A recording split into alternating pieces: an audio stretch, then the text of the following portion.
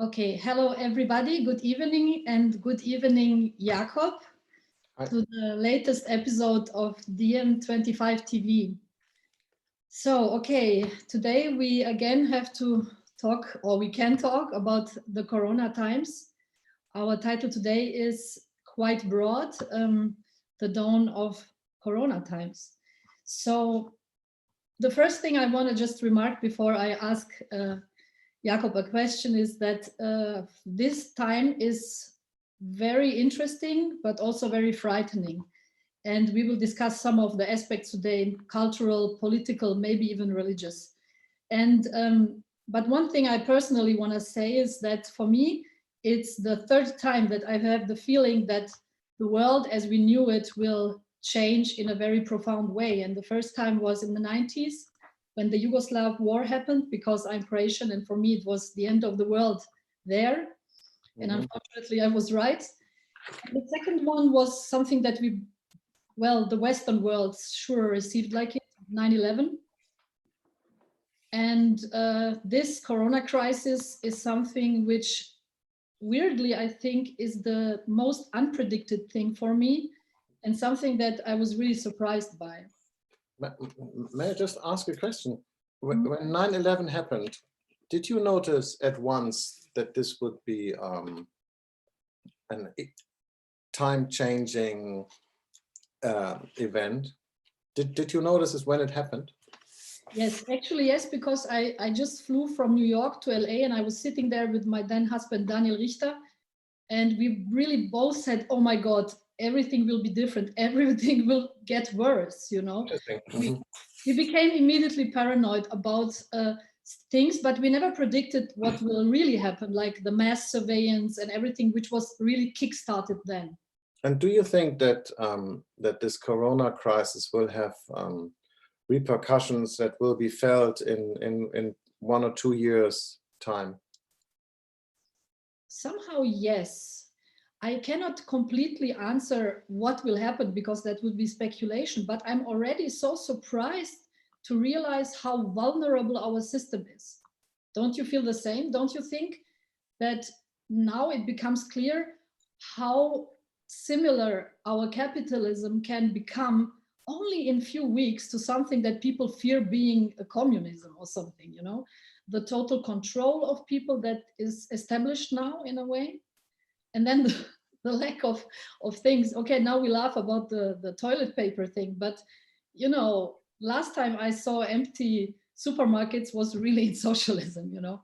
So yeah, no, everything is very at the verge, but this, I think we will feel it, because first thing, I somehow think that this thing will go on till the end of winter, because as far as I understood, it comes in waves. So maybe we will have a break in summer, but it's very likely it will come back in October, late, or maybe even in September again. And because I always find this this thought very interesting. Is, I mean, everybody says that the times, they're always changing, and we are part of the change. We are also promote change ourselves, and we suffer from it. We observe it, but most of the times we are not able to actually know that it's happened in the present. We just, in hindsight, we know 2001 has been a real game changer and a historic event, and you say that you notice it at once in the moment. I didn't, to be honest. I thought, wow, this is really terrible, but it will not alter the course of history, but it eventually did. I mean, it really did alter the course of history. It really was the starting point of a completely new kind of Western imperialism in the Islamic world, and the clash of civilizations that we only had talked before actually happened, and now I find myself in the same situation as I have been like 20 years ago. And again, I cannot really imagine that this is a game changer. Again, I feel that I want to believe that this is just, you know, it's just a phase, and it's just happening because it's it's not a structural problem. It's a natural disaster kind of thing. I mean, it's not like the financial crisis or so, revealing structural weaknesses of our system. It's just a very, what in economics people call an external shock, because this actually has nothing to do with us. This illness. I mean, it has to do a lot with us because it's globalization and how vulnerable we are and so on. But it comes from the outside. It's nothing that we did, you know, to ourselves. It really is something foreign, alien in a way. And so I want to believe that once we have this herd immunity, once we have a vaccine, once the threat, the imminent threat of the disease is over, everything will just go back to normal. But having lived the aftermath of 2001, maybe you are right. I think it's possible that you are just right, and I just want to stay in the past, you know, not really feel up to the task of acknowledging that there is really a change coming. But in a way, we are all like children, and children never want things to change. It's true, and I feel the same in an emotional level.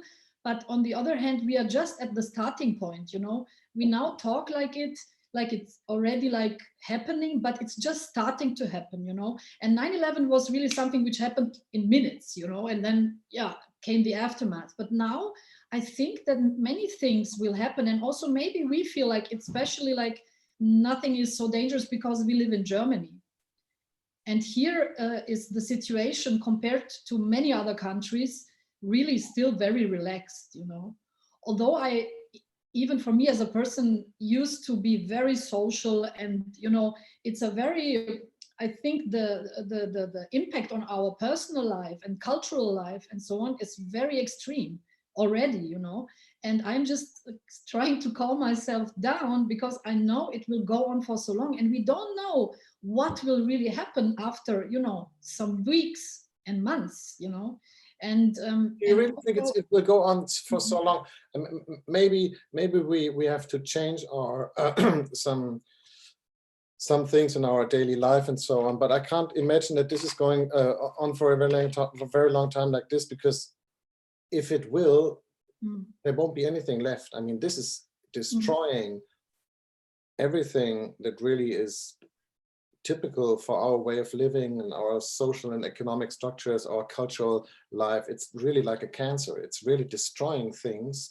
And we can stand it for a month, we can stand it for 6 weeks, but we can't stand it for 2 months. We cannot stand it for 3, 5, 6 months. It's just impossible. I mean, there will be just nothing left. In 6 months' time, you have like hundreds, thousands of people who have committed suicide because they're so lonely. You have 100,000 people being out of business. You have 1 million people who are suffering from unemployment and so on. So I don't really think it's possible that this will continue. I think the interesting thing will be, because everybody knows that, the interesting thing will be, how can we get back to our old lives, and taken into account that there is this new threat, this virus thing going on. Because we have to combine the two things. We have to combine the virus with our normal life. Yeah, and it's interesting that now scientists are in such a huge role all of a sudden. What for me is interesting to see is, today I made a joke, because I'm a theater director, I always think in theater terms. So I thought this may as well be a dress rehearsal for climate change, you know. And then I was thinking how everybody said like, oh no, we cannot reduce flying, no way, we cannot reduce this and that, and we cannot change the way of our life for climate change, you know, to stop it. And now Corona happens, and bam, it's there, you know. I don't know, you know, and I'm in this way, I'm very curious what will happen after a few months when we don't have as many planes, because this is a minimum that we have now. I don't know how many years it was this way in our atmosphere. So and then I think that somehow there is a lesson to learn. On the other hand, Yeah, and the funny thing is that now everybody's listening to scientists, you know, because before, when Greta Thunberg was always saying, listen to scientists, and they were completely ignored, more or less. Okay, let's talk about the role of scientists, because this Yeah. is very interesting. For a starter now, in a small conversation here, let's talk about the role of scientists, and if we can compare that to the discussion about climate change that we had last year. And I think we cannot compare it, because climate change is a phenomenon that the scientific community has dealt with for the last, I don't know, like 25, 30 years or something, maybe even longer. And they had plenty of time, you know, to check everything out, to collect the data, and to do their discussions, their debates, and they had the pros and the cons. And then after a couple of years, they really came to a result. I mean, if it comes to climate change, you really have scientific basis and a result, and only lunatics and morons still deny the reality of human-made climate change, while 99.9% of the scientists say it is a problem, it's human-made, it's man-made, and we have to change it. And this is why Greta Thunberg and the Fridays for Future movement could point to scientists and say, you, our parent generation, heed the words of the scientists that you pay for, by the way. I mean, you fund the universities and the institutions. Now heed what they say, because you are endangering our future. Now here, with this virus, it's completely different. I mean, in the last 3 to 4 weeks, we had like, schools must be closed. No, schools don't have to be closed. People have to wear masks. No, people don't have to wear masks. This disease has a case fatality rate of 5%, 3%, 4%, 0.5%. Nobody really knows. I mean, this is just a big quagmire of confused information, which is no wonder, because it's a new disease and people just start researching. But I think it's very interesting that if you are honest, you cannot point to scientists because they don't know anything. I mean, they know a lot of things, but they have no clear picture.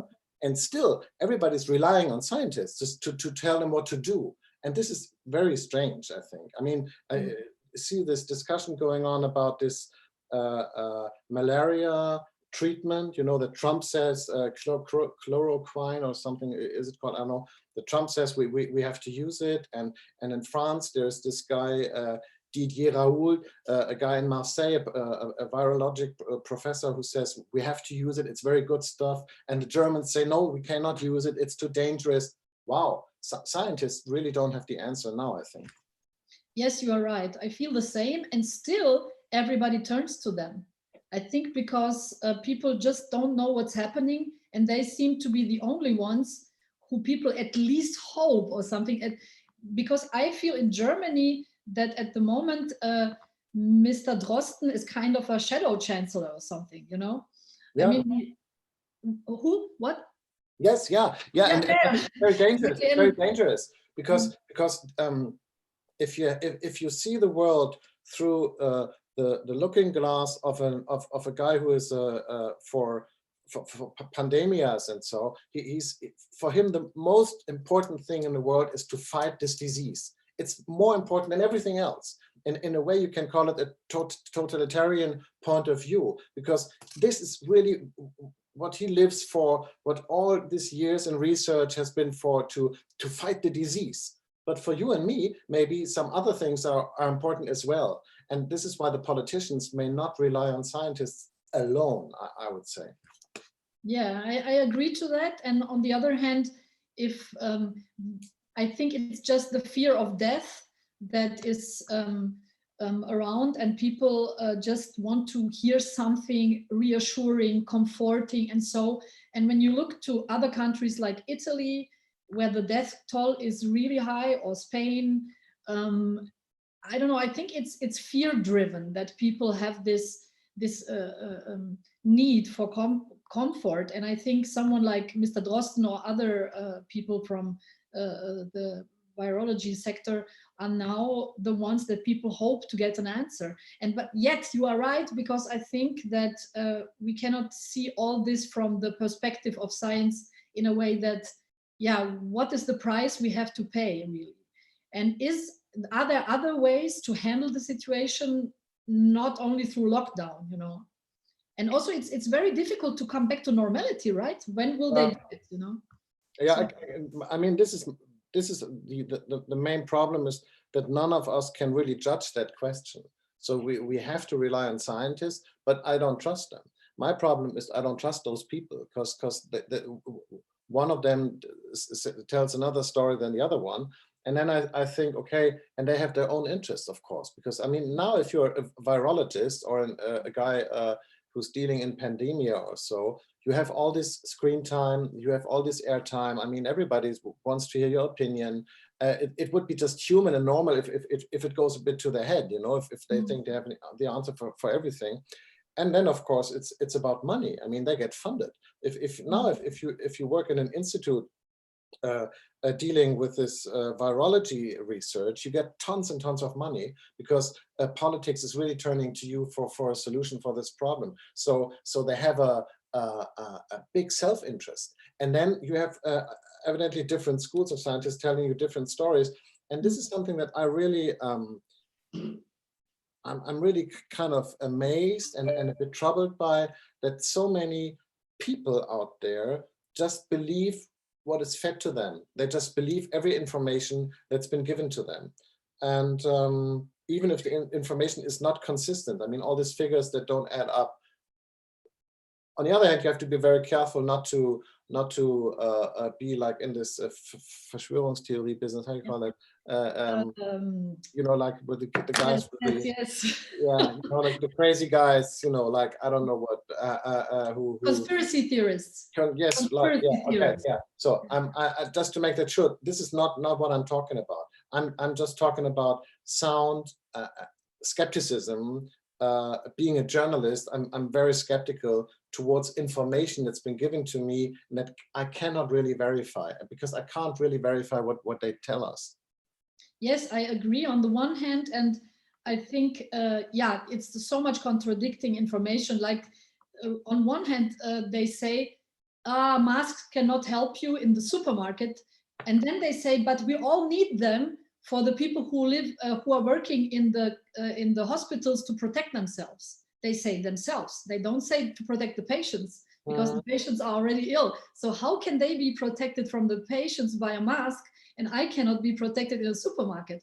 I don't get that contradiction, you know, it's so weird. In a way, they say it because there are not enough masks. So they want to discourage people to buy the few masks that they are for their own purpose. Yeah, but it's so obvious, you know, it's so obvious. They can just say, we don't have enough. Be patient till we produce them, or make themselves yourself a mask. You know, better to be honest. I think that's a big problem. I think that's a big problem with the political communication, that you still have the feeling that they're not really honest with you, and they don't feed you the complete information. And last couple of days, I had the opportunity to talk to one of the prime of the how you say, the chiefs of a federal state here in Germany, of Niedersachsen, this guy. And he said that when he gave his okay for the lockdown measures, he thought that this disease has a fatality rate of 4%, which is probably not true. And these are the moments when I really get scared, because I mean, they decide to lock everything down on the basis of information that afterwards turn out to be false. And this is not very consoling, I'd say. No, it's not. And now that we're talking of what is truth, what is just strategic information, like the thing with the masks, but it was so obvious, you know, because they presented it so badly that you immediately realize this contradiction, and then it's okay, it's because they don't have enough of them. So I just wanted to point out that exactly now we would need someone like Julian Assange and WikiLeaks to reveal the truth, you know, to come with at least the facts that we have, as long or to know what is happening, to know what is really discussed in the background, and what is behind it. And I'm also not thinking, I wouldn't go so far and say that I'm a tinfoil wearer too, and looking for the conspiracy theories, but even on the very... Is that how it's called in English? Tinfoil? Yeah, is it that? That's tinfoil hat. Okay, thanks. Thanks for that. Okay, sorry, yeah. Okay, and yeah, so I think, and the irony is that Julian Assange, and I want to use this also this opportunity to point out that people should go and sign a petition for him to be freed from prison at the moment, because he's still imprisoned in Belmarsh in a high security prison, only awaiting extradition hearings. You know, he shouldn't be in jail in the first place, let alone in the times like now. And I think he there is only two persons in Belmarsh being on hold because of extradition hearings or because of bail things. And so I think that he should be set free immediately. Also, he's in such a big danger because I knew it for years that he has a chronic lung disease. And so he's really in life danger. And that the judge last week ruled to not grant him bail for the time of Corona, which I think is something that could easily be a death sentence. So just a little appel at this point to a reminder go online and then sign the petition that he might be freed. Okay, and then if you want to add something, if not, I will just, because now some questions from the audience are coming in. And should I pause it? Yeah, of course. So what do you both think about the insane increase of conspiracy theories with COVID? And does it show that people are not rational or just that they do not trust the system? Is that hopeful or not? Shall I start? Yes, you start. Yeah, okay, I'm sorry. Yeah, I think that conspiracy theories are a part of our daily life now. I think every major public topic will be overburdened with conspiracy theories in short or long time. It's inevitable nowadays. The conspiracy theories tend to be very similar to each other. You know, it's the Jews' fault. The Americans found new ways to subdue the Chinese. I don't know. So it's always the same kind of weird things in people's heads. I think we should be very careful not to mix up justified questions and justified skepticism with conspiracy theories. I think this is, you know, it can backfire. I mean, the fight against conspiracy theories can backfire into blind confidence in the system. So I'm not a conspiracy theorist, but I don't have blind confidence in the system. I try to keep my own head and be able to pose some questions and look for answers myself. I think that's very important now in these days. And I think I can really see that people really tend to groupthink a lot in this kind of situations. You know, people tell me, stop posing your stupid questions. You're just troubling people. You're just dividing people. And then I say, well, I'm a journalist. It's really not my job to unify you or to take away your scares, you know, your fears or so. This is not my job. My job is to pose questions, but not to inflame conspiracy theories. Yeah, that's true. I also realized that you have been attacked a lot on Twitter, which is kind of the new hate empire, I think. And it's interesting because it's even more than it used to be, because my feeling is that discussing topics on social media became nearly impossible outside of the own bubble, you know, because there are so many things that you really cannot discuss, when we are honest. And I'm not saying this like the right is saying this, like, oh, you are not supposed to say certain things. But I think there is so little tolerance for different opinions, you know, to really discuss it and fight about things in a constructive way. I don't mean in a like trolling or abusive way, but in a constructive thing, because sometimes you post a question on Twitter and people immediately shut it down, you know, they don't even want to give a thought about it. And that's true. Although, I mean, we have to really, and I agree with you, we have to get used of conspiracy theories being around all the time. I think it's part of our life now, unfortunately. although I must admit there is one that even has a certain appeal to me. I don't know, there is, I realized it seems to be a fact that there is this bioweapon laboratory in Wuhan, just 300 meters across of the market where the virus is supposed to have started. And this is something like out of a movie, you know, that this weird biolab who is experimenting with bioweapons and viruses and stuff like that. And I think that really these, at this point, so I don't know. yeah, but I think that these Chinese foods markets are kind of biolabs themselves, and I don't know. I've just seen the documentaries, and I think they're pretty dangerous in themselves. You don't really need to add the military complex to that kind of problem. But I don't know. See, no, to take it more seriously, I don't know. Maybe yes, maybe not. I have no information. I just don't know. I can't really see what would be in it for somebody who did that on purpose. So maybe it's an accident. But as long as I have no information, and as long as I don't know, I will not take it into consideration for my further thinking. You know what I mean? Because it literally plays no role, because there will be no result. So I tend to ignore this path of thinking, because it will lead me nowhere. Exactly. It says it was like an accident and it just happened and get out of control. But who knows? And it also, you are right, it doesn't lead to anything.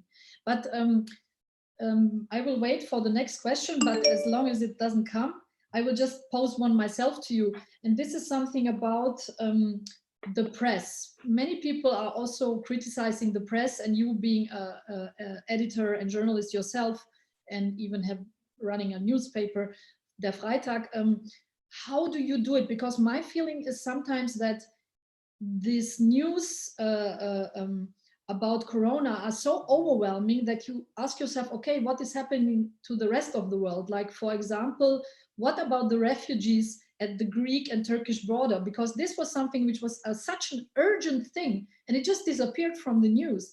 And then you fantasize, okay, what happens when they got Corona? You know, it's such a catastrophe. And yeah, so but what do you say to this? I agree that it was on the verge of disappearing from public attention, but then the two topics realigned, because people said and noticed that these refugees might be affected by the disease, and then the situation in those camps would be even more intolerable than before, and the disease in itself poses a further reason to give them asylum. So they are quite back in the news, I think.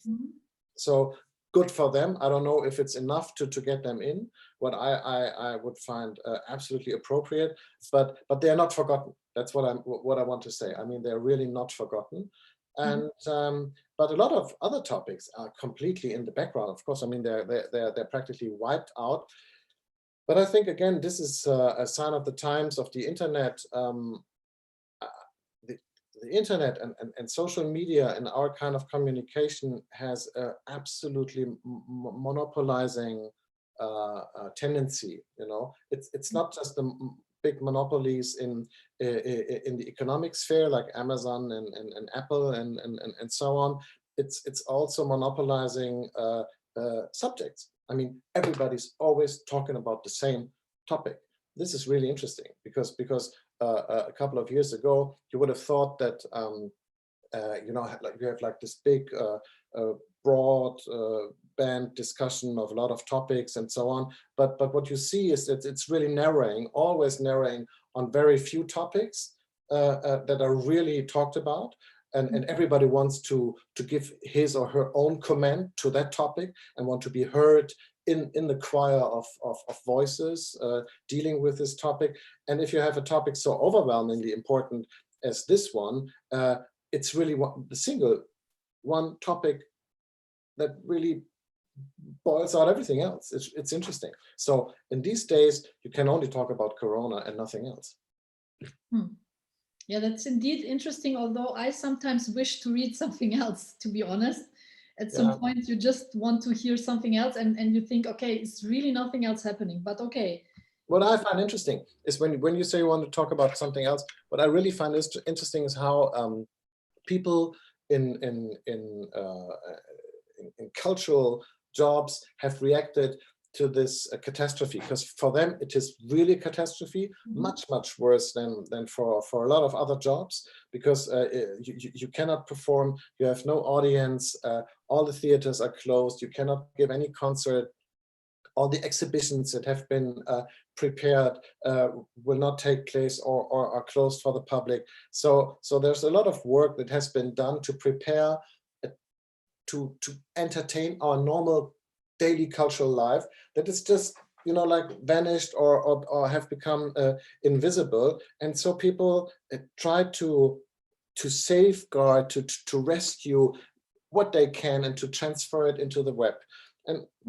And this is really beautiful, I think. I mean, there you can see a lot of beautiful things. You can have this German piano player, Igor Levit, who gives a concert every evening, and he has a huge success. I mean, people really take it into their daily schedule and say, wow, okay, now it's 7:30 or something, I have to see Igor Levit playing the piano on the web, and it's very, very nice. And you have this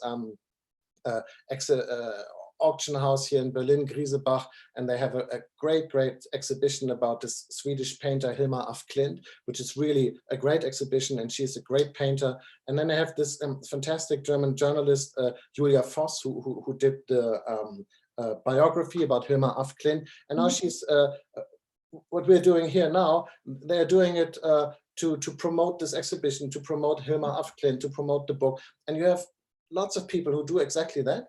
And you have all these people boring themselves to death, sitting at home, you know, like using up all their bandwidth and fighting in the families about the bandwidth. You have to stop watching Netflix because I want to see Hilma af Klint exhibition. You know what? So I think that this catastrophe has some nice side aspects, I'd say.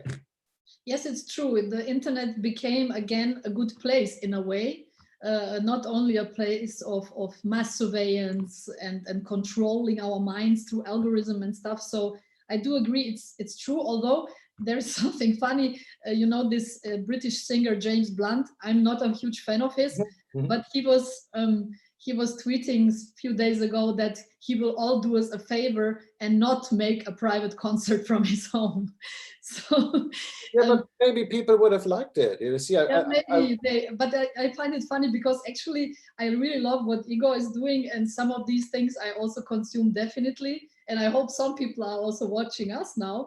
But sometimes it's just too much because my Instagram feed just turned into a constant live shooting thing of people, and then you think, oh God, maybe we all are such narcissists that now we are freaking out and just yelling into the void, you know, even more than we used to do normally.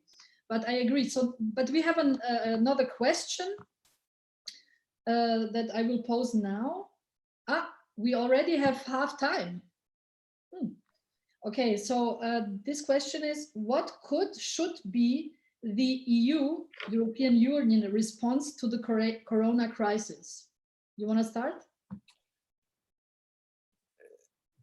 Well, I think that the European Union had been very slow to react. I mean, the European Union had been very slow to react to a lot of very important things in the last couple of weeks, months, years, I don't know. They should have reacted much harsher to the de facto abolishment of democracy in Hungary, which is really the single biggest scandal that has happened in the wake of this whole crisis. I think what's happening in Hungary is really a European catastrophe, like a big earthquake. You know, it's a catastrophe in a catastrophe, and I think that Ursula von der Leyen has practically said nothing about it. I don't know. It was very general, and she didn't even mention Orban or Hungary or Poland, where similar things have happened by name. So I think this has been a European disaster. And then, of course, we have the discussion about the funding. We have the discussion about Eurobonds. I remind you that the German Chancellor Angela Merkel has said in 2012 there won't be any Eurobonds as long as I live. And people who know Angela Merkel a bit know that this kind of dramatic, big mouthing is not very typical for her. So you probably be on the safe side if you take her for the word. I mean, she said she won't have it. I think it's a big mistake. I think that the Germans really played a very sinister part in European politics in the last couple of years. I think that Merkel's single biggest failure in all her political life has been the negligence of European affairs. I don't know why, actually. Maybe I think that she's really not interested in Europe. I mean, she's a Protestant. She comes from the East. She's not part of this conservative German tradition that originated in the Rhine area, has been very Catholic, like most of the German chancellors. You know, a lot. Well, Kohl and Adenauer, the founding fathers of European movement as it comes to the German side. They have been Catholics from the Rhine area. From the western part of Germany. She comes from the east. Maybe this is an explanation. I don't know. Maybe she's just not interested. I can't say. But fact is that she didn't really took good care of the Eurocrisis a couple of years ago. And I think that nowadays we cannot rely on her to take good care of the Corona crisis. But at least she said we have the European stabilization mechanism, the ESM. And I think that she hinted and opened a door that the countries in need might be funded in this way. So I don't know why. I can't say. I don't know why she didn't really react on Macron's European offers that he made in the last, I don't know, 3 years or so. He's been, constantly knocking on the German doors, and the Germans wouldn't answer. I don't know. Maybe even in Berlin there is a new strand of crazy German great power thinking that we just don't need it. I don't know. But this again might be conspiracy theory. I don't know. Yes, I agree. And again, in this case, I think that the Corona crisis is just enhancing and putting the focus on already dysfunctional problems of the EU, I think. And is like, what happened in Hungary and in Poland was something that was already happening, and now it just took an extreme turn. He just used it for this, and I agree. It's very, very worrying, I think, and I'm also always wondering why Angela Merkel is not so interested in the EU. Maybe you just gave a good explanation. And my feeling was always that Germany is really too powerful, and why would it just give up their own advantages or something? But this is something which I also think is very bad, because I personally like the idea. I feel most of all European, because I'm Croatian by descent, and I was brought up in Germany. And I really feel like European. I like the idea. I like the everything about it, and it should somehow turn into something in political reality, and it doesn't happen. I don't know. It's just such a disappointment, I think. But maybe after, when we come out of this, people will be able to, through this enhancement, to see the shrill problems, in a shrill way, and maybe react to it. I don't know. Maybe it's a naive hope, but I just hope for it. We have another question here. Okay, how will the after effect of prolonged societal stress due to this crisis change the stories told in the entertainment industry? Most shows have been set in apocalyptic and dystopian times. Okay. Well, I don't know. Should I can start a little bit, and then you can say something to it. It's true, It's it's funny, because it seems like in a kitchen psychology way, I would say that somehow in an unconscious way we seem to have anticipated something like this, because everyone is was always watching these catastrophic dystopian movies starting in, I remember in the 80s when I was a kid. At that time, everyone was very afraid of the nuclear war. Mhm. Or the forests dying, and I don't know. So there, I remember that, and it was going on. I think it's since I am thinking, there was always this entertainment by the end of the world or apocalyptic scenarios. So I don't know. And of course, we have a lot of movies, also Outbreak, or I don't know what they are all called, about pandemias. Yeah, there seems to be a weird, especially in times of freedom and in societies who are privileged, I'd say, interest to somehow anticipate the catastrophe. I don't know. It's Yeah, but what I really think is that a lot of movies that I've seen from the times that I was a child until today really, in a way, that's vorwegnehmen, predict. anticipated, or what? Predicted. Yeah, that's better. Predicted. Predicted developments, problems, phenomenons, I don't know, situations, catastrophes, disasters that later really happened. So, I mean, we could talk a whole hour about movies that contained scripts, scenes, ideas, plots that by the time they were made sounded really crazy, and from now they say, yeah, well, okay, this guy or those people, they were really clever, and they saw things coming. So I don't know. I mean, of course we have Outbreak, we have Contagion, we have a lot of movies dealing with this topic, and I might add now today that I've made some research in the topic. Before I didn't know anything about it, but now I can tell you that this, what we are witnessing now, is not unexpected. It's unexpected for me and for you because we know nothing about it. But for people who deal with this stuff, I mean, it was absolutely expected. They said it's not a question of whether it will happen, only when. I mean, there are so many people that said, of course, the next big global catastrophe will be a big pandemia of a lung-based disease, probably stemming from Asia. I mean, this is their reality. It's just that politicians wouldn't hear, wouldn't listen, and would not prepare ourselves or the systems for this kind of threat.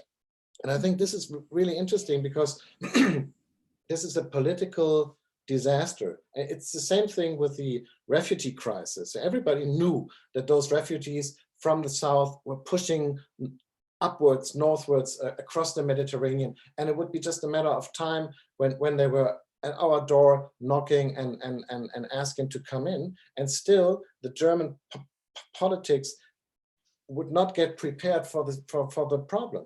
And it's the same thing with climate catastrophe. We know that it will happen and we are not getting prepared for it. And now here we knew, well, I didn't know, but people knew it would come and they would not prepare for it. It's really, I don't know why our politicians are not able, but I have some ideas why, but I think it would be their duty to prepare for things that are highly probable to take place and which are very, very detrimental if they take place, like with an insurance or something. Yeah, that's interesting. Yeah, I was also wondering, but maybe it's also part of human nature, you know, to just be bad prepared. And we are saying this out of Germany, you know, who is at least has still somehow okay health system. I mean, they have been destroying it also in the last years because I gave birth 2 years ago to twins.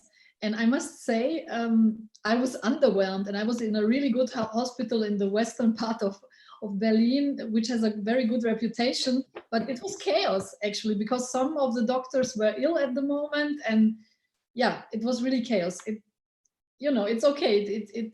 The kids are right, but you know, the health system, even in Germany, was really neglected, I think, and not to speak of other countries. So yeah, I don't know. we could take maybe the last quarter of an hour that we have, the last 15 minutes to think about what we should learn from this crisis. You know, what exactly, because the last question was exactly what will normal look like when the crisis is over. So what you are starting now just fits. I don't know what normal will look like when the crisis is over. I can tell some points that I think that should change after the crisis. I think that on a very practical level, I think people should forbid Airbnb. I think that it's a company that destroys cities, and it should be just simply forbidden or regulated in a way that it's not so harmful for urban communities anymore. And I've read that in some places where people cannot let their places for Airbnb now, they gave it back to the rent market, and rents were starting to go down because, of course, I mean, because suddenly there were more flats available than before. And when you know that, and this is not a small problem. I mean, this is not a niche problem, because housing is one of the most important social problems that we have today in our Western civilizations, because housing prices are really going through the roof, and Airbnb is a very, very big factor in this. So and it's really destroying all these Italian cities. It's destroying Portugal, Spain, Paris. I mean, there are so many cities, Amsterdam, that are really, really wasted by this stuff. And I think just forbid it, one thing. Next thing is give people who are working in the care business more money and more respect and more appreciation. I mean, this is really ridiculous that nowadays in Germany, you know, if you're working in the system relevant jobs, you are entitled to leave your kids in school and in kindergarten, even now when all these institutions are closed. System relevant jobs are, I don't know, like policemen, firemen, nurses, doctors, these kind of people. But it's exactly the same kind of people who earn very, very little money. It's not the bankers who are system relevant. It's not the bosses in the corporations who are system relevant who can leave their kids in the kindergarten. But it's the nurse tending the COVID-19 sick people. So afterwards, we really have to learn. We have to give them more money and more respect. I agree. It reveals really some things that we already know when we are honest, but now they are just yelling in our face, like exactly this what you said, and it's very difficult to predict what will happen. But I also think that the outcome should be that maybe some things we will now be forced to realize and to acknowledge, like this, because you're right. And even the people who pick up the garbage, I mean, just imagine that nobody will pick up the garbage, especially now, you know. Yeah. And so on. It's really true. And also so many people are still working. And I mean, it's millions, because we are the privileged ones, even to sit at home like I do and be able to still eat and get stuff, you know. How many people are now risking their life to get my banana, you know, and so on. So if you think further, it's kind of, yeah, it's amazing how this thing is kind of slapping the truth in our faces. And I really hope that people will, starting with myself, learn from it, you know. I mean, if you take the medical sector, the OECD, the Organization of Economic Development, and so on, and in Germany, the Bertelsmann Stiftung, which is very, sorry, I have a problem here with the light coming in from the outside, and the Bertelsmann Stiftung, which is a very big institution in Germany, you know, giving public advice, public-private partnership stuff, and so on. They said in the last couple of years that the German hospital system is too expensive. It's not efficient enough. We have too many intensive care beds. I mean, can you imagine? They said we have to cut down intensive care beds because we are holding too many in reserve. Nowadays, I mean, this is, of course, it's always like that, because in a crisis, and you say, wow, good luck that we have these beds. But I think that the idea of efficiency in the hospital system, the idea that a hospital should make profit and should be run by capitalist ideas of being efficient and profitable, this is really bad. And we really have to tone this down, maybe cut it off completely, I don't know, or reduce it and become aware that this is something that we in Germany we say öffentliche Fürsorge. It's public provision. I don't know what of safety, of stability, of a civil society, and we should take it out of the capitalist market of efficiency and competition and profit. I hope really that we can learn that. I totally agree. And what was really surprising for me, because that Boris Johnson, of all people, just nationalized the British railway system. You know, just in a few days, when somebody would have told me like 5 months ago, I would have said he's crazy, you know, that will happen. But it's possible, you know, things that we didn't think would ever be possible. And even Trump now saying, giving amends to people who are workers and appreciating and giving promises, although this is highly cynical in a way, because he's the one who destroyed them and in the first place. And also I think he also cut down on the healthcare system even more, and so on and so on. So now he's trying to somehow manage the situation, but what's happening in the US is a catastrophe. It's interesting that what you just said, that so many things now seem possible in a glance that seemed absolutely unthinkable of a couple of weeks ago. On the dark side, again, this is an argument that the Nazis from the political right also uses. You know, they said, well, we wanted to have the borders closed in 2015 when we had the refugee crisis, and everybody said we cannot close the borders. Wow, now you can close the borders just like that. So again, there you have to be very careful what you wish for and how you and with what reasons you want to make it a new reality. But I think the most important legacy of this month will be in a way the renaissance of the state.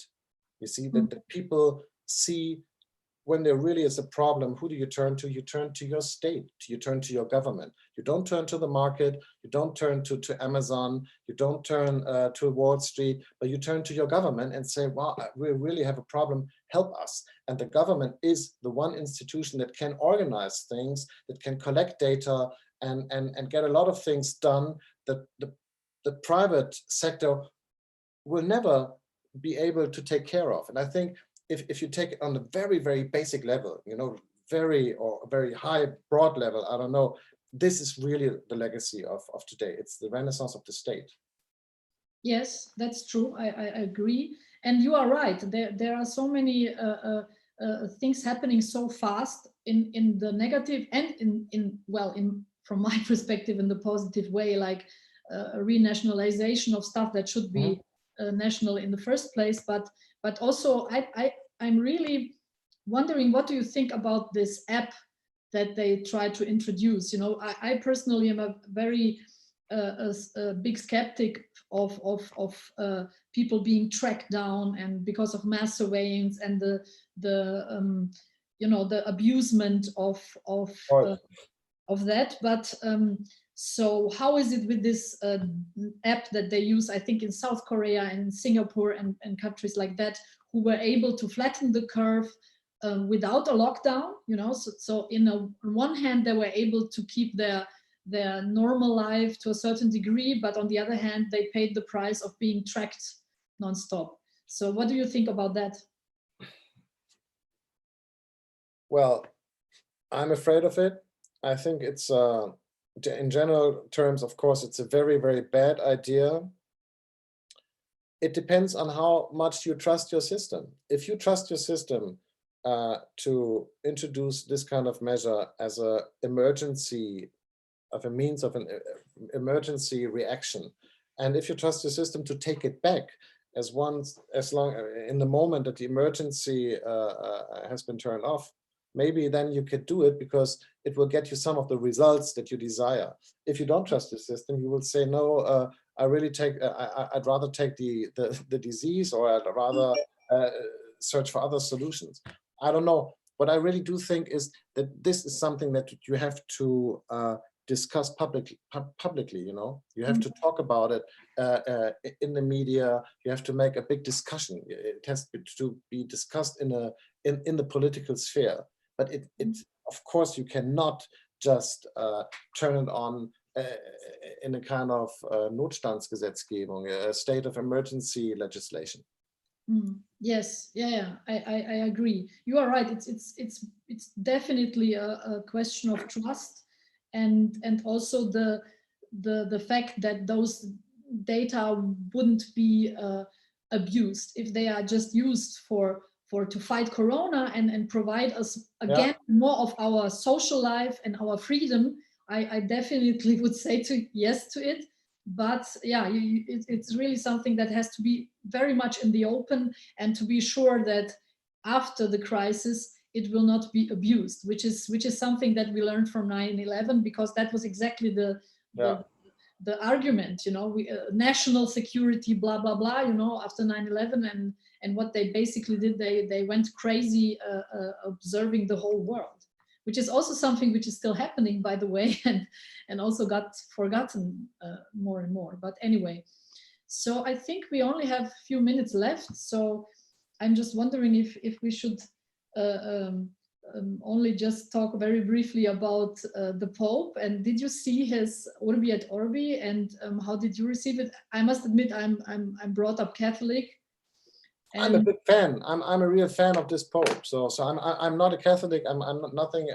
I'm not even a Protestant. But I'm really a fan of this Pope. So okay. I mean, he said capitalism kills, and who could not agree if he's from left political side as I am. I mean, you have a Pope who says capitalism kills. I mean, what's better than that? It's true.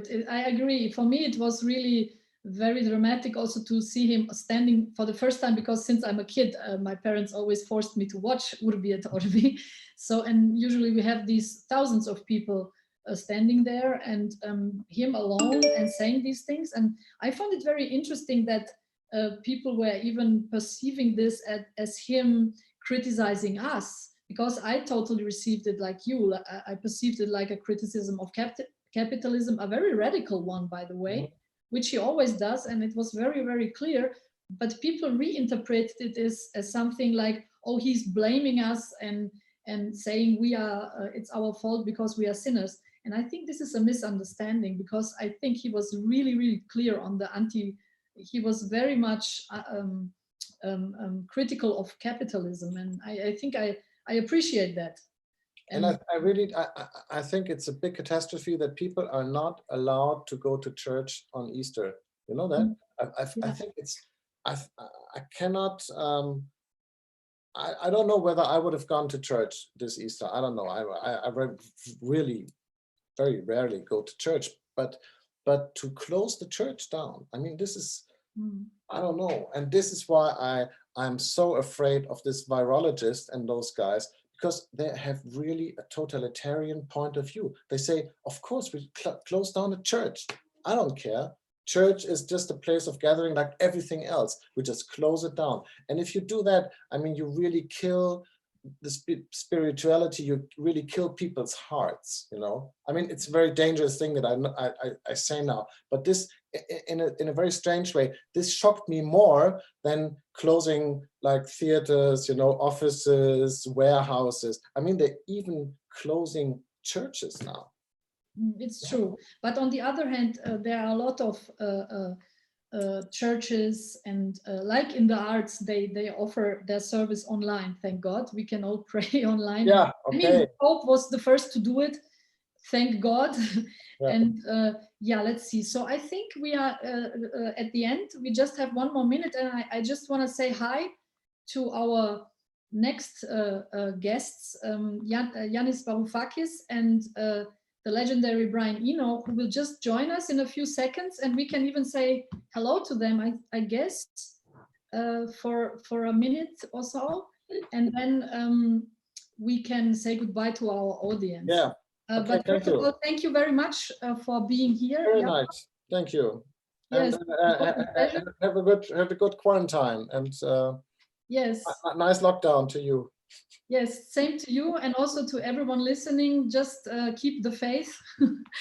And I hope that we will all get healthy out of this. And even the people who we lose is terrible. I think this is something that I'm kind of trying not to think of, but it's unfortunately happening. But yeah, let's hope for the best. Okay, I see Brian Eno joining in.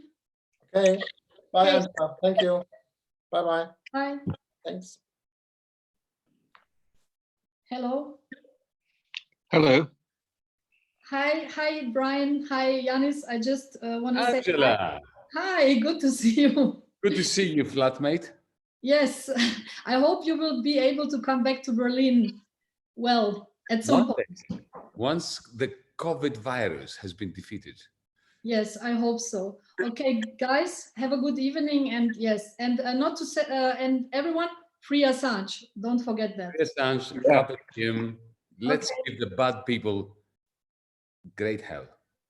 Exactly. Bye-bye. Bye.